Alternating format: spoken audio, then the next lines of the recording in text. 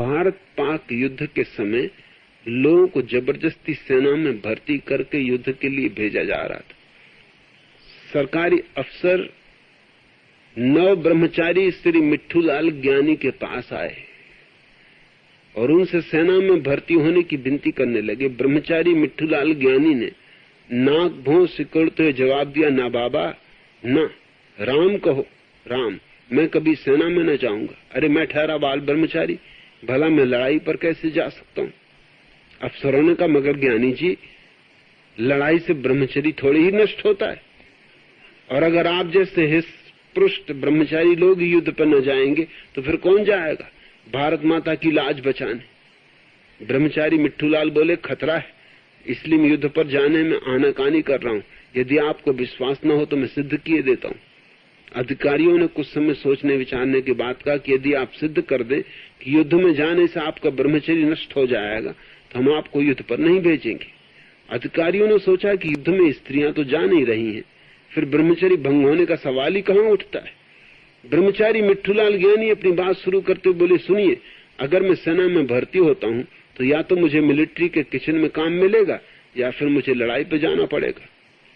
यदि किचन में काम मिला तब तो ठीक है, परंतु यदि लड़ाई में जाना पड़ा तो दो बातें हो सकती हैं, या तो मैं मारा जाऊंगा या जिंदा बच जाऊंगा।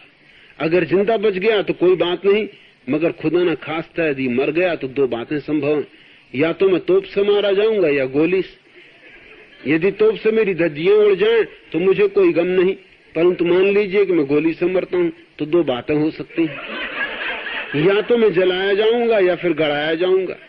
यदि जला दिया गया तब तो ईश्वर की बड़ी कृपा है, लेकिन यदि गड़ाया गया तो फिर दो बातों की संभावना। भविष्य में या तो उस जमीन पर गेहूं, चना, चावल इत्यादि की खेती होगी या फिर तिल, अलसी या मूंगफली की। यदि गेहूं, चने आदि की खेती हुई तो कोई नुकसान नहीं, लेकिन यदि तिल, अलसी या मूंगफली की खेती की गई तो उससे निश्चित ही मेरा तेल निकाला जाएगा। यदि उस तेल के अनुपयोग किए गए तो ठीक है, लेकिन यदि उसकी साबुन बनाई गई तो दो बातों की संभावना, या तो उससे नहाने की साबुन बनाई जाएगी या कपड़ा धोने की। यदि कपड़ा धोने की साबुन बनी तब तो सब ठीक ठाक रहेगा, परंतु यदि नहाने की साबुन बनी तब मुसीबत हो सकती, क्योंकि फिर उसके दो उपयोग हो सकते हैं। हो सकता है कि पुरुष उस साबुन से नहाए, यदि पुरुष उससे नहाए तो मुझे कोई आपत्ति नहीं, परंतु यदि किसी सुंदर नवयौवना ने मुझसे रगड़ रगड़ कर नहाना शुरू कर दिया तब तो मुझ ब्रह्मचारी पे क्या गुजरेगी, जरा आप ही सोचिए। यह कहकर उन्होंने शर्म से अपना चेहरा अपने हाथों से छिपा लिया।